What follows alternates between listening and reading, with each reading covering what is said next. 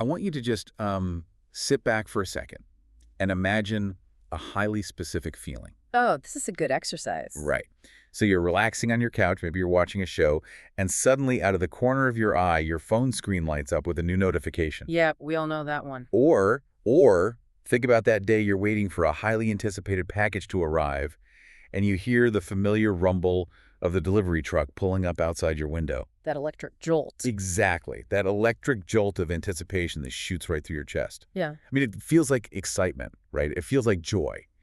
But it's actually a complete chemical hijack. It really is. It's a very specific molecule just taking the wheel of your nervous system. And that molecule is the focus of our deep dives today.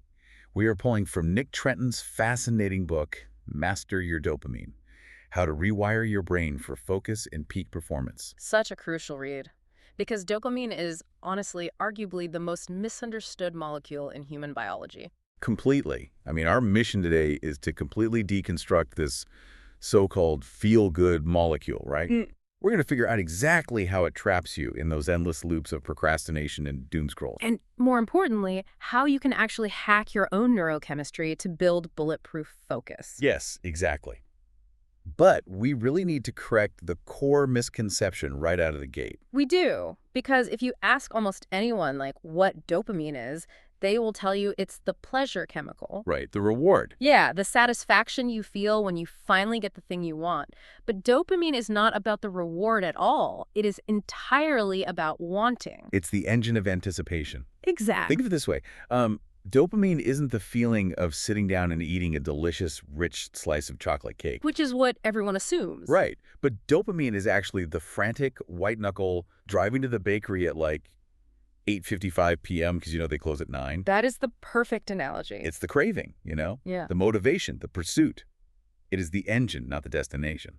And researchers like Kent Berridge have mapped this out beautifully. We actually have two complementary systems operating in our brains. The wanting and the liking systems, right? Spot on. There's the wanting system and the liking system.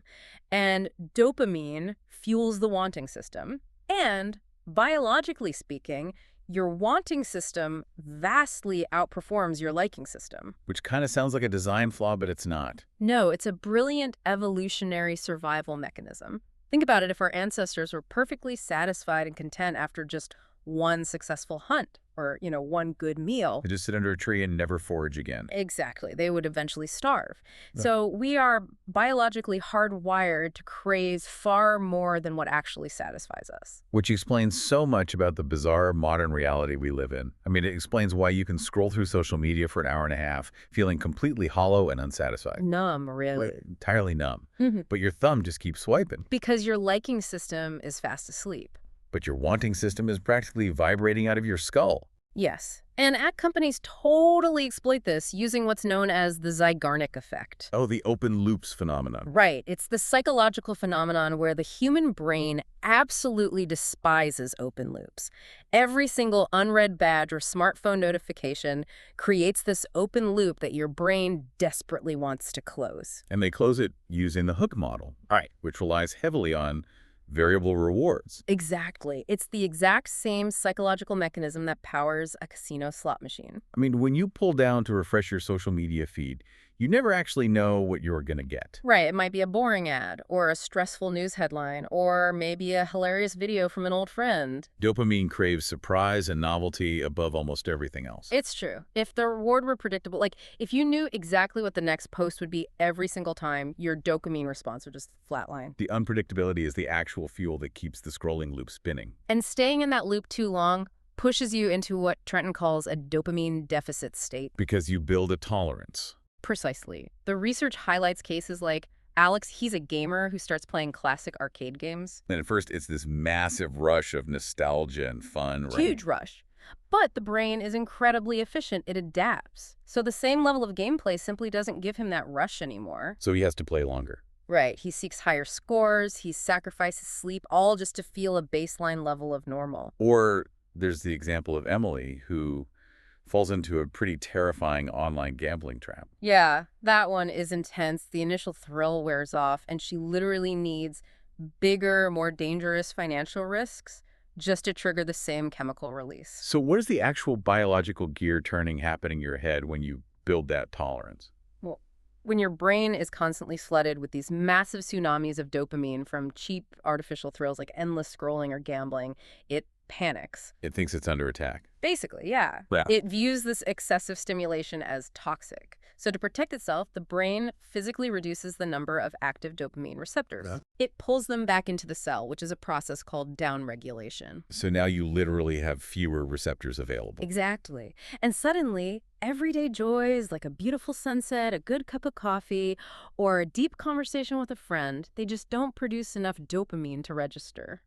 You've artificially raised the threshold for feeling alive. That's a great way to put it. You really have. So how do you lower that threshold and get your baseline back? The primary strategy we're looking at here is the dopamine fast, which was popularized by Dr. Cameron Sipa. Okay, wait, let me push back on this terminology for a second. Yeah, sure, go for it. Because a dopamine detox or a fast attack, it sounds suspiciously like a Silicon Valley productivity buzzword, you know? 100%.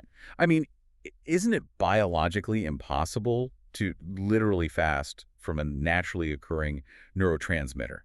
Your brain needs dopamine just to facilitate basic physical movement. You are entirely right to be skeptical of the trendy terminology. It's a terrible name for a great concept. Okay, so what is it actually doing? Well, Dr. Sipa's method isn't about literally starving your brain of dopamine. As you noted, that would be biologically disastrous. It would induce Parkinson's-like symptoms. Right.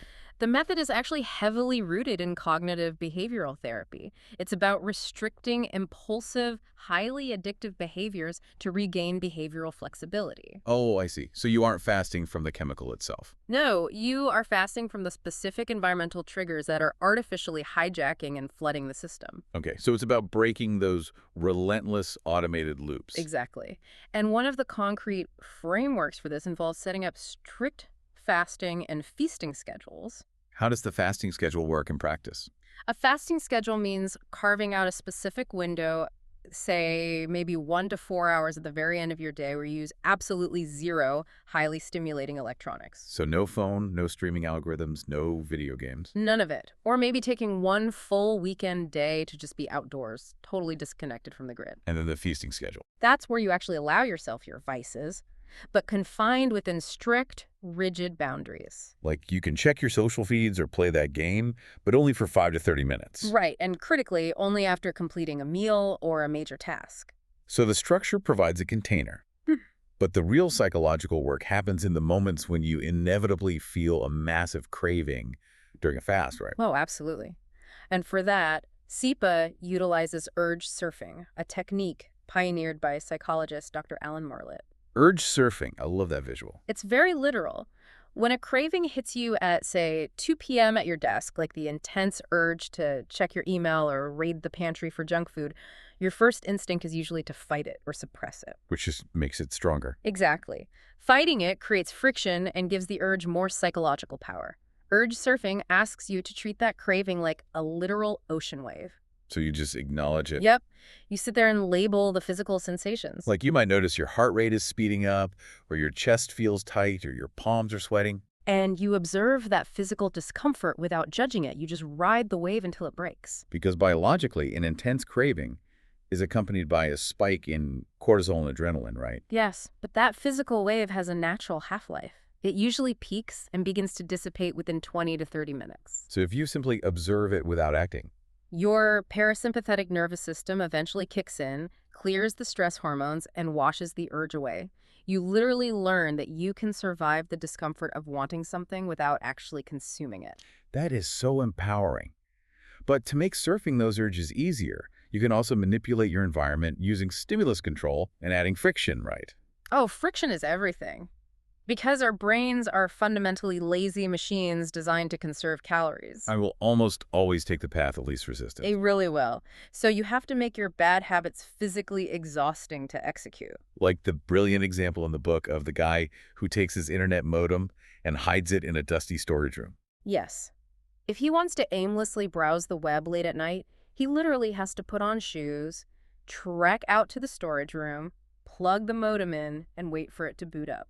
That added physical friction is enough to just break the automatic mindless loop. It really is. Or even something simpler, like removing the television from the dining room so you don't mindlessly overeat while your brain's distracted by a screen. Right. Yeah. You are engineering an environment where your default lazy choices happen to be the healthy ones. Exactly.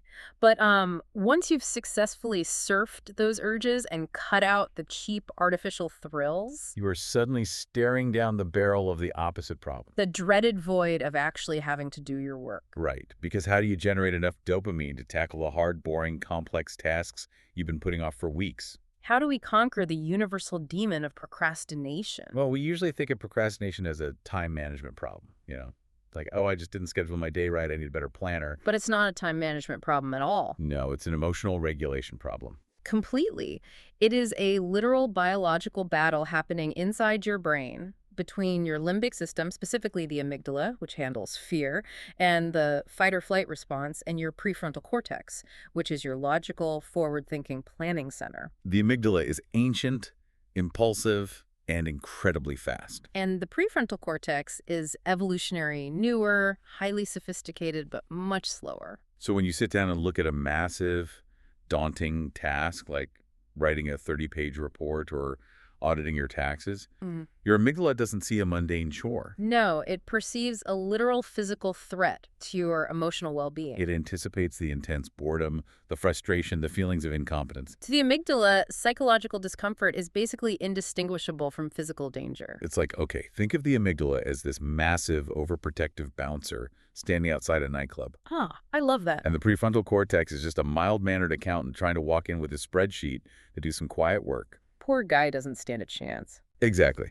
The bouncer takes one look at the spreadsheet, yells, "Danger! Shut it down," and kicks the prefrontal cortex out into the alley before it can even open its laptop. That's incredibly accurate. You procrastinate because your brain is actively trying to protect you from the perceived pain of the task. So because that bouncer is neurochemically faster and stronger, pure logic will never get you past him. Never. Dr. Timothy Pichel's research shows that you cannot outsmart the amygdala by simply reasoning with it. You have to fight emotion with emotion. Yes. You have to utilize what he calls emotional chains of thought. Let's use the gym as an example. Yeah. Say you know you need to go to the gym, but you feel sluggish. The logical thought is, I should go to the gym for my cardiovascular health. And the bouncer throws that weak argument right out. Right into the alley. But an emotional chain of thought goes like this. Okay, I feel lazy today, but if I don't go, I'll probably skip the rest of the week. If I skip a week, I'll feel sluggish and gross. I'll probably start eating junk food again, which took me 2 years to quit. I will ruin all my progress, my clothes won't fit, and I will be miserable. Exactly. Suddenly, the visceral fear of not going becomes emotionally stronger and more terrifying than the temporary discomfort of going. You were basically scaring the bouncer into stepping aside. You are leveraging your brain's own threat detection system to your advantage. It's brilliant, but, fear is a highly exhausting fuel source to sustain long term. Yeah, you can't just terrify yourself every day. Right. So once you force yourself to start, how do you wire the behavior so it becomes an automatic habit? This is where BJ Fogg's tiny habits model becomes a total game changer for your brain. It really is. Because the secret to habit formation isn't just mindless repetition, it's emotion. Fogg's research reveals that neural pathways can form in just a few days if you deliberately induce a strong, pleasant emotion immediately after completing a micro goal. And this is wonderfully weird, but so effective. To wire a new neural pathway, you basically have to artificially spike your dopamine the exact second you complete a tiny task. Yes. If your massive goal is to write that 30-page report, your micro goal is just opening the blank document and typing a single sentence. And as soon as you type the period at the end of that sentence, you have to physically celebrate. Like genuinely celebrate. Do a massive fist pump. Smile widely in the mirror. Hum the Rocky theme song out loud. Imagine a stadium of people screaming your name. I mean, it feels absolutely ridiculous. It feels incredibly ridiculous, but neurobiologically, you are hacking the system. You are intentionally inducing what neuroscientists call a reward prediction error. Exactly. Normally, your brain only expects a dopamine reward when the entire massive project is finished. But by celebrating intensely at the micro step, You are commanding your brain to release an unexpected spike of dopamine right now. And your brain takes note. It goes, wow, just typing that one sentence felt amazing. We should probably do that again. You are creating a synthetic loop of motivation, replacing the cheap dopamine of a phone notification with the earned dopamine of a tiny achievement. You're architecting your own drive. So we've surfed the bad urges, we've terrified the bouncer into letting us work, and we are fist-pumping our way through our to-do lists. Sounds like a productive Tuesday. Right.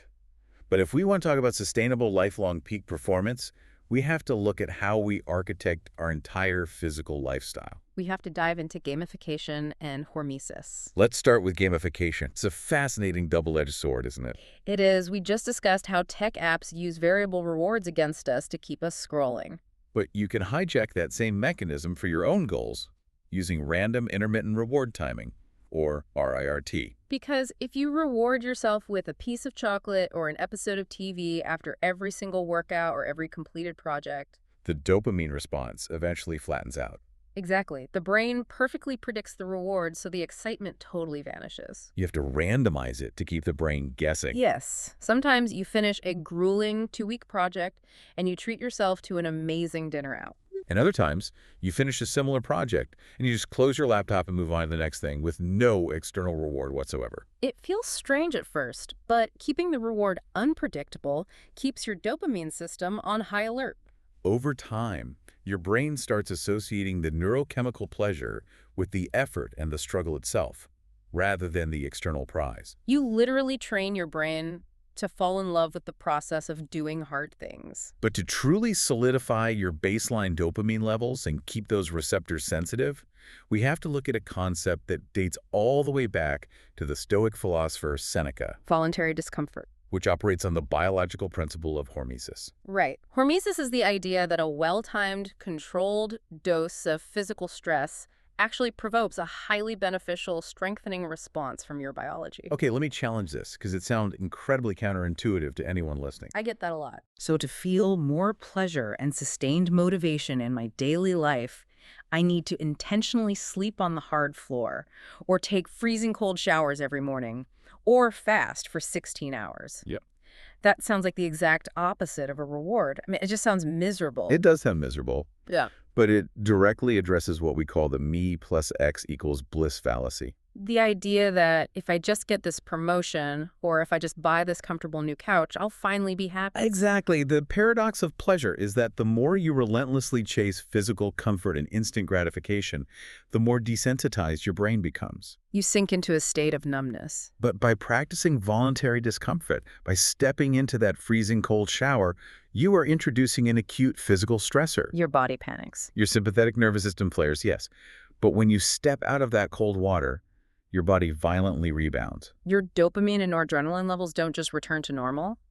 They elevate massively and stay elevated for hours. You are clearing out the receptors and earning your dopamine through physical resilience. You endure a brief window of physical pain to cure the chronic psychological numbness. Precisely. And there are several other lifestyle protocols you can use to regulate your nervous system, which directly impacts your dopamine. Like the military method for sleep, right? Oh, that one is great. It involves systematically flexing and then deeply relaxing every muscle group from your face down to your toes, Which forces the body out of sympathetic fight or flight and into rest and digest. allowing you to fall asleep in under 2 minutes. There's also the 4-7-8 breathing method. The mechanism behind the 4-7-8 method is entirely physiological. So when you inhale for 4 seconds, hold for 7, and exhale for 8. The extended exhale forces a buildup of carbon dioxide in the blood. And this signals the vagus nerve to physically slow your heart rate down. It shifts you out of the amygdala's panic mode, instantly lowering the stress hormones that normally trigger your cravings for cheap dopamine. Incredible. You also have these visual hacks like spotlighting. I use this one all the time. If you are losing focus on your screen and feeling the urge to grab your phone, you literally just stare intensely at a single distant object across the room for 60 seconds. The optic neural link here is fascinating. Your visual system is deeply tied to your arousal system. So when you narrow your visual field onto a single point, your pupils dilate slightly. And this optic narrowing signals to the ancient parts of your brain, hey, we are tracking prey, It triggers a localized pulse of dopamine and noradrenaline. instantly locking in your cognitive focus just by changing what your eyes are doing. We also have to talk about the profound impact of audio. The research points to a famous 2001 Montreal Neurological Institute study. Oh, the music study. This is so cool. Scientists use brain imaging to track dopamine while people listen to music. And they found that certain instrumental songs trigger massive physical dopamine releases, like literal goosebumps and chills. Because music works on the brain by setting up a melodic pattern, a prediction, and then slightly delaying the resolution, right? Yes, your brain releases a surge of dopamine during the anticipation of the beat dropping or the chord finally resolving. And the study specifically identified tracks like Debussy's Clair de Lune, Beethoven's The Tempest, and Barber's Adagio for strings. So if you are feeling completely depleted, putting on one of those pieces is a scientifically proven way to flood your nervous system with drive. It's all about how neurons connect and anticipate, which leads to perhaps the most sustainable long-term dopamine hack of all, gratitude, In neuroscience, there is a foundational principle called Hebb's law. which states that neurons that fire together wire together. Exactly. So when you actively practice gratitude, when you force your brain to scan a mundane environment and actively hunt for things to be thankful for, you are literally altering the physical density of your neural pathways, You are training your brain's reticular activating system to spot the good. which structurally remodels the brain to naturally boost both serotonin and dopamine production over time. It's not just self-help poetry, it is structural brain remodeling. It really is. Okay, we have covered some serious ground today. Let's do a rapid-fire recap so you can take this out into the real world. Go for it. First, remember that dopamine is the engine of pursuit. It's the wanting, not the liking. When you feel that intense urge to doom scroll, don't fight it, surf it. Observe your heart rate. Ride the wave of cortisol and let it pass. Add physical friction to your bad habits. Go hide your modem in the closet. When it's time to do the hard work, outsmart your inner bouncer by using the emotional fear of failure to get started. And then intentionally celebrate your micro wins like a maniac to trigger a reward prediction error. And finally, architect your lifestyle. Embrace a little voluntary discomfort, take a cold shower, randomize your rewards, and practice gratitude to keep your chemical baseline healthy and sensitive. You are transitioning from being a passive, manipulated consumer of cheap dopamine to becoming an active architect of your own biological drive. That's the ultimate goal. And that leads to a much larger, slightly provocative thought to leave you with today. We spend so much of our lives trying to reach the finish line of our goals, believing that the dopamine hit is waiting for us at the end. We all do that. But if our brains are wired to release the most dopamine during the anticipation and the effort, what if the finish line is actually an illusion? Wow. What if the struggle itself is the ultimate reward, and achieving the goal is just the brain's signal to find a brand new mountain to climb? That reframes everything. Something to mull over the next time you find yourself chasing the summit.